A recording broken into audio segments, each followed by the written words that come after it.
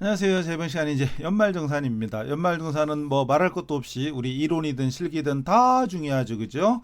이론을 알아야 실기를 하죠. 우리 실기할 때 기본공제 대상자인지 아닌지 소득 요건인지 연령 요건인지 이건 알아야 실기 입력할 때도 반영이 되지요. 당연히 중요합니다. 별표 9억 9,999억 개 같은 9억까지가 안 되는 9천억 개 같은 별표 3개 쳐놓으시고 하여튼 여기는 이론과 실무를 다 정리하셔야 돼요. 첫 번째. 거주자 강남시와 생계를 같이 하는 가족인데 기본공제 대상자에 해당되지 않는 사람이 누구냐. 기본공제 대상자 가장 기본이 연령 요건하고 소득 요건 이 두 가지 요건을 충족해야 되지요. 뭐 20세 이하 60세 이상 이제 20세 이하 60세 이상이 기본이고 물론 나이를 안 따지는 사람이 누구 있죠. 이거 모르면 안 돼요. 알아서 얘기해야 됩니다. 그다음 소득 금액은 100만 원 100만 원 이하 이거죠. 기본이죠. 자, 부친 66세 소득 없다. 되겠죠? 배우자 나이가 웬 19이야? 그럴 수도 있지 뭐. 요즘 고딩 엄빠 막 이런 것도 있더만. 어쨌든 중요한 건 배우자는 나이를 안 따지죠. 안 따지고 29세 그래도 아무 상관없죠. 배당 소득 금액있네. 근데 100만 원 이하네 되겠죠. 그럼 됩니다. 됩니다. 그다음 모친 61세 되지요. 근데 10월부터 매월 100만 원의 급여 소득이 있대. 다른 건 없다면 급여만 있다면 총 500까지 가능하잖아요. 근데 10월부터 매월 100만 원이면 10, 11, 12 세 달이죠. 300이니까 가능하겠죠? 그럼 답은 4번이네. 나이는 상관없는데 20세 이하니까. 근데 이자 소득 금액이 118만 원이야. 소득 금액이 100만 원이 넘어요. 그럼 이 사람은 얘는 이 친구는 나이가 어리지만 소득이 많기 때문에 기본공제 대상자가 아니문이다. 너무 쉬운 거죠? 두 번째, 인적 공제에 대한 건데 옳지 않은 걸 찾으래요. 기본공제 대상 판정에 있어서 소득금액은 종합소득은 물론이고 퇴직, 양도를 다 합한 겁니다. 중요한 거죠? 종합소득만 얘기하는 게 아니고 근로소득만 얘기하는 게 아니죠. 그 다음 배우자가 없는 거주자로서 기본공제 대상자인 자녀가 있는 경우에도 소득금액이 3천만 원을 초과한다면 한부모 공제를 적용받을 수 없다. 가 아니죠. 이 소득 금액은 부녀자 공제할 때 따지는 거고 한부모일 때는 상관없습니다. 한부모일 때는 상관없어요. 이건 부녀자 공제일 때 기본이 3천만 원 미만이어야 되죠.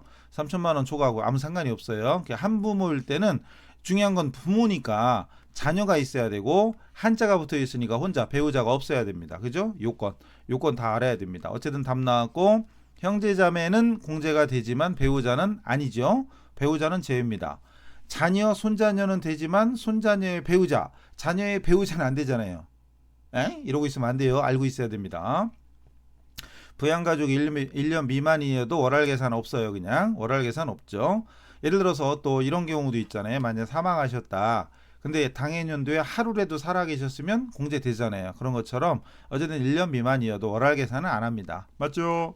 넘어가고 그다음 인적공제 계속 똑같습니다. 인적공제고요. 옳지 않은 걸 찾으래. 추가공제는 거주자의 기본공제를 적용받는 경우에만 공제할 수 있다.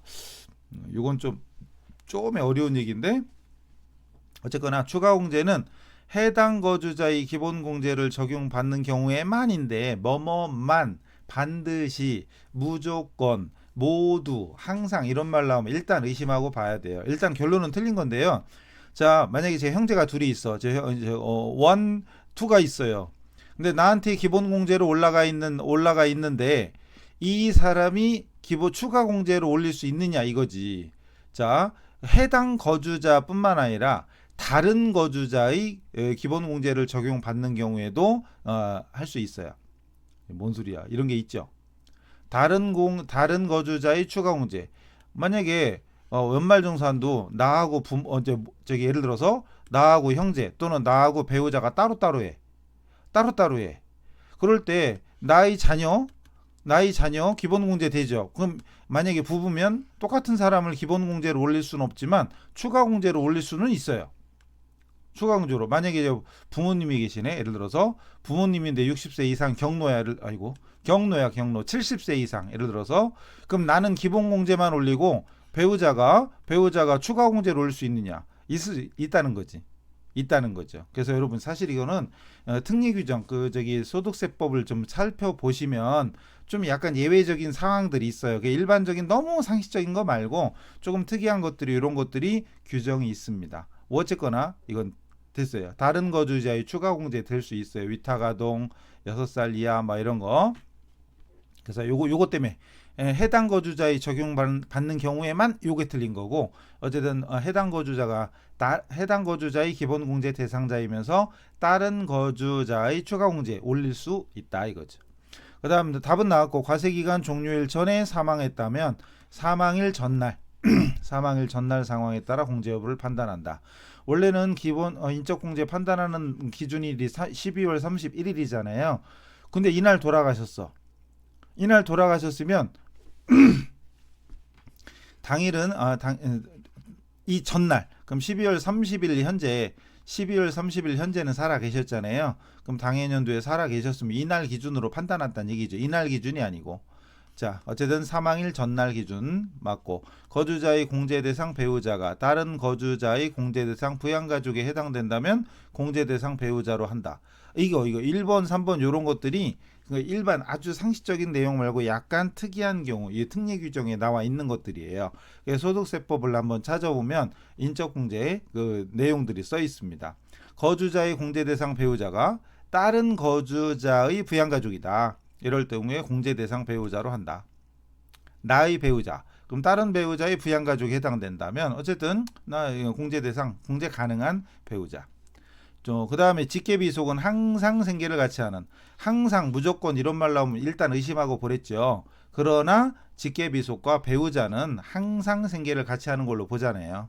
뭔 소리인가 모르면 안 돼요. 그 다음 넘어갑니다. 이것도 똑같네. 기본공제, 종합소득공제 중에 기본공제 설명 중에 옳지 않은 걸 찾으래요. 종합소득이 있는 거주자, 자연인, 법인 중에 자연인, 우리 개인이죠. 자, 기본공제 대상자 한 명당 연 100만 원을 곱하여 계산한 금액을 공제한다. 기본공제 100만 원 아니잖아요. 150만 원이잖아요. 1인당 150만 원이고, 추가 공제 중에 장애인이 200인가요? 장애인 200이고 뭐 경로나 이런 건 100, 그리고 부녀자가 50이죠. 추가 공제 있습니다. 자, 그럼 틀린 거잖아요. 답 나왔잖아요. 그럼 고맙네. 배우자로서 해당 과세기간 소득금액이 100만 원 이하이다. 당연히 기본공제 대상자고, 그 다음 배우자로서 총급여가 500만 원 이하의 근로소득만 있다. 가능하죠. 그 다음 형제자매, 장애인이 아니래. 기본공제 대상자가 되기 위해서는 나이가 20세 이하이거나 60세 이상이어야 한다. 맞죠? 만약에 장애인이면 나이 상관없죠. 나이를 아예 안 따지는 건 뭐 본인은 말할 것도 없고 배우자와 장애인은 연령을 안 따지, 연령 제한 없죠. 본배장, 본인 배우자 장애인은 나이 안 봅니다.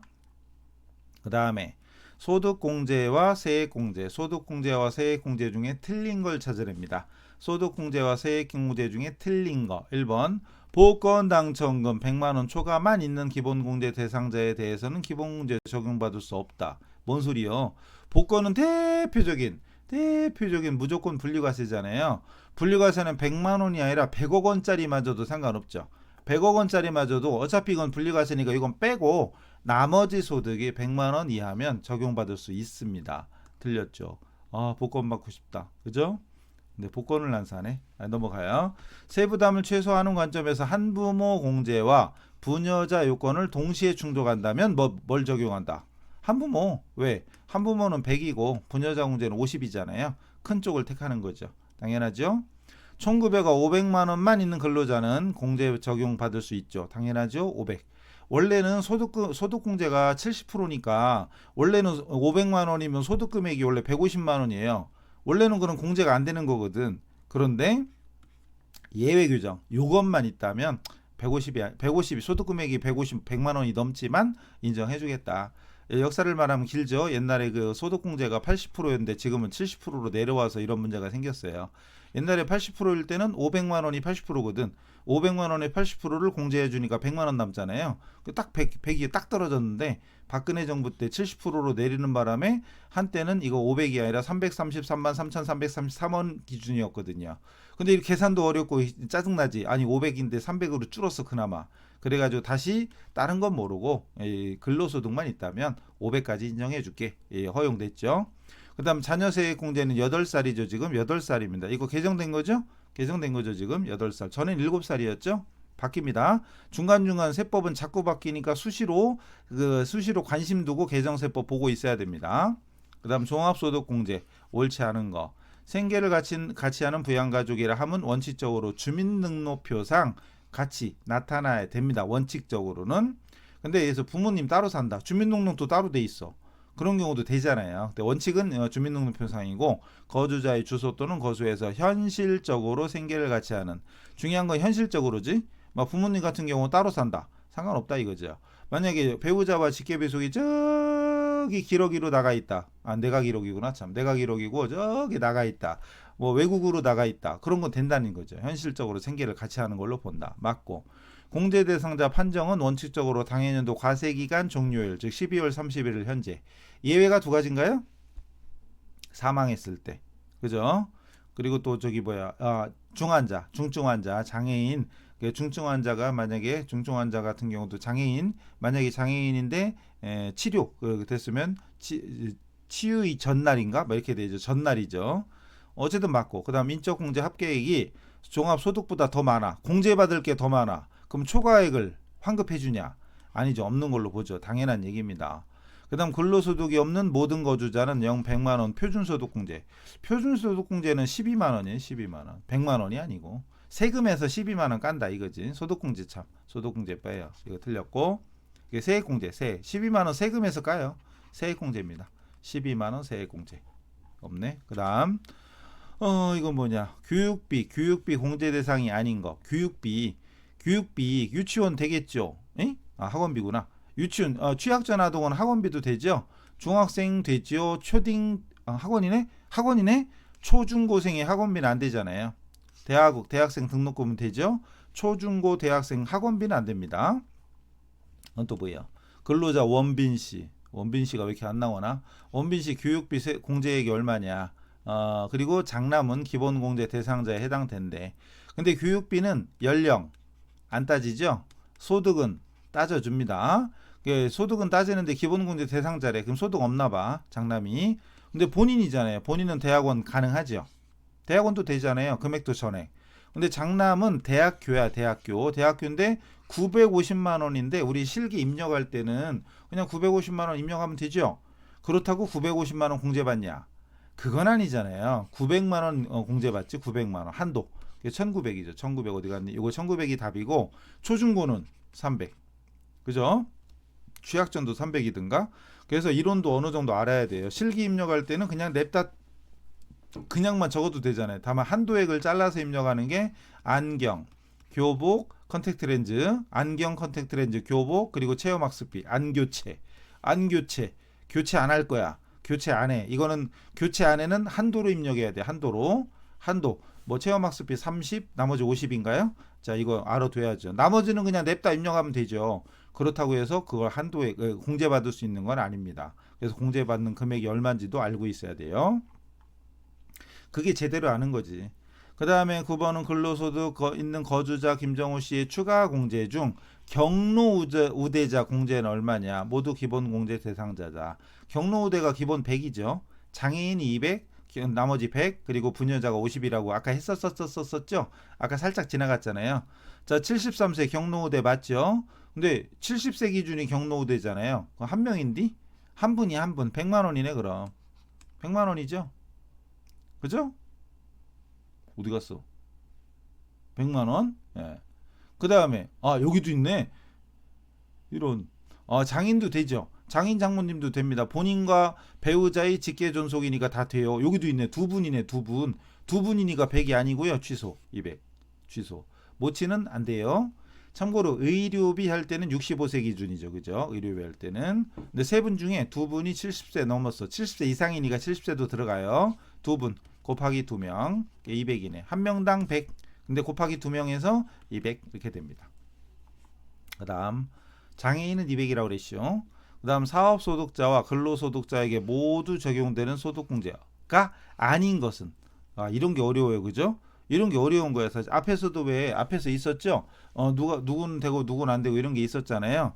자, 먼저 보험료. 보험료는 근로자, 보장성 보험료는 근로소득자만 가능합니다. 우리 이제 연말정산할 때 매번 나오잖아요. 근데 사업자는 안 됩니다. 답 나왔네. 고마워라. 그다음 기부금이나 그다음에 6살 이하 자녀에 대한 추가 공제, 6살 이하 자녀 원래 지금 6살 이하 자녀 추가 공제 이거 뭐지? 모르겠어. 어쨌든 됐고. 그다음에 연금 보험료 이런 것도 다 사업자도 됩니다. 개인 사업자도. 자, 근데 보장성 보험료는 자동차 보험 보장성 보험료는 근로자만 가능하다. 그래서 기본서 사실 이거 따로 정리해 놓은 건 안 써놨어요. 그래서 보험료 기부금에 각각 누구만 가능하다 누가 뭐 이렇게만 써놨지 사실 둘 다 되는 게 뭐다 이렇게 정리하지는 않았어요. 정리해 놓을 거 그랬나. 근데 그게 또 애매해요. 많아. 법이 또 여기저기 막 떨어져 있어 가지고 정리하는 게 쉽지 않아요. 어쨌든 요런 문제 풀면서 조금씩 정리해 두시고. 11번이 마지막인가 보네. 자, 소득 금액이 3천만 원이래요. 그럼 기본공제 안 되겠지? 근데 본인인가 보지 뭐 소득공제 대상이 아닌 거. 자, 먼저 5살짜리 소득이 없는 자녀에 대한 150만 원 소득공제. 150만 원 소득공제가 뭐지? 1인당 150만 원 기본공제액인가? 큰가 봐요. 150 되겠지? 그 다음 기본공제 대상자가 아닌 아버지 양도소득 금액이 100만 원 넘네. 그 다음 기부금. 지금은 지정기부금이 일반기부금으로 이름이 바뀌었죠. 법정기부금은 특례기부금으로 이름이 바뀌고 지정기부금은 일반기부금으로 이름이 바뀌었죠. 그죠? 특례기부금, 일반기부금. 다시. 근데 기부금은 소득을 따지잖아요. 근데 기본공제 대상자가 아닌 부친께서 기부했죠. 그럼 소득을 따지니까 공제가 안 되죠. 소득공제 대상이 아니죠. 다, 응?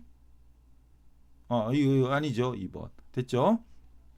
그 다음 소득이 없는 배우자를 피보험자로 가입하고 납부한 생명보험 보장성 보험료니까 가능하겠죠? 소득이 없대요. 본인 납부한 연금보험료. 연금은 본인 것만 되잖아요. 본인 것만 되는 게 지금 연금이 있었지. 또 뭐 있죠? 우리사주 있었죠. 또 뭐 있죠? 대학원 있었죠. 대학원 이거. 대학원은 본인만 되잖아요. 대학원 연우가 대학원 다녀. 그지? 연금저축. 그 다음 우리사주. 그리고 대학원은 본인만 됩니다. 본인 것만. 일단 교재는 됐고요. 그 다음 최근에 나온 거 있나 확인해 봅시다. 최근에 나온 거 100회 이후에만 소득공제 및 세액공제 판정 시점에 대한 내용 중에 틀린 걸 찾아라. 나이는 과세기간 종료일 12월 31일 현재 맞죠? 장애가 치유된 자는 치유일 전날 그리고 사망한 자는 사망일 전날 사망일이 아니지 사망일 전날이잖아요. 둘 다 치유일 전날 사망일 전날 이거 틀렸죠? 그 다음에 해당 과세기간 중에 요건이 충족하는 날이 하루라도 있으면 공제 대상으로 한다. 아까 앞에서 문제에서는 월할 계산하지 않는다 이런 말이 있었죠. 그 다음 소득공제와 세액공제의 설명 중 틀린 걸 찾으래요. 뭐 문제는 비슷하죠. 그죠? 그 다음 복권 당첨금 100만원 초과 있는 기본공제 적용받을 수 없다. 아까 그 문제인데 아까 똑같은 건가? 똑같은 건가 봐요. 그죠? 똑같은 거야. 있죠. 복권은 무조건 분리과세. 100만 원이 아니라 100억 원짜리 마저도 상관없다고 그랬죠. 그 다음에 한부모와 부녀자 동시에 되면 한부모, 그 다음 급여가 500만 원만 있다. 그럼 적용받을 수 있고, 그 다음 자녀, 기본공제 대상자, 자녀 세액공제는 기본공제 대상자에 해당되는 자녀 8살 이상 적용되는 거 맞죠? 그 다음 인적공제 설명 중에 옳은 걸 찾으래. 이번에는 맞는 겁니다. 아까 한 건데? 저기 뭐예요? 아까 한 거예요. 종합소득금액, 퇴직소득금액, 양도소득금액 합해서 그 다음 배우자가 없는 거주자고 자녀가 있다. 3천만 원 초과. 같은 문제구나. 한부모 적용받을 수 있는데 한부모는 나이를 안 따진다고 그랬잖아요. 아까 그 문제네. 형제자매 배우자는 공제 대상자가 아니죠. 근데 맞는 거 찾는 거였구나. 1번은 맞고 2번 틀리고 3번도 틀리죠. 그래서 4번은 왜 그랬지? 1년 미만 월할 계산 안 한다고 그랬죠? 예, 틀렸어요. 그래서 맞는 거 하나. 마지막인가? 이건 저건데? 우리 신고납부 마지막 건데? 더 이상 없나 본데 잠깐만요. 없네. 이게 마지막 거네. 요건 신고납부에 대한 거네요. 이따가 신고납부 마지막 파트가 연말정산 다음에 마지막 파트가 소득세 신고납부죠. 다음 파트 문제네. 딱 한 문제밖에 없네. 자, 다음 단원에서 마지막 문제 다루기로 하고 이번 시간은 여기서 마치겠어요. 뭐 잊은 거 없어요? 뭐 꾹꾹 눌러주세요. 예, 다음 시간에 뵙겠습니다. 수고하셨습니다.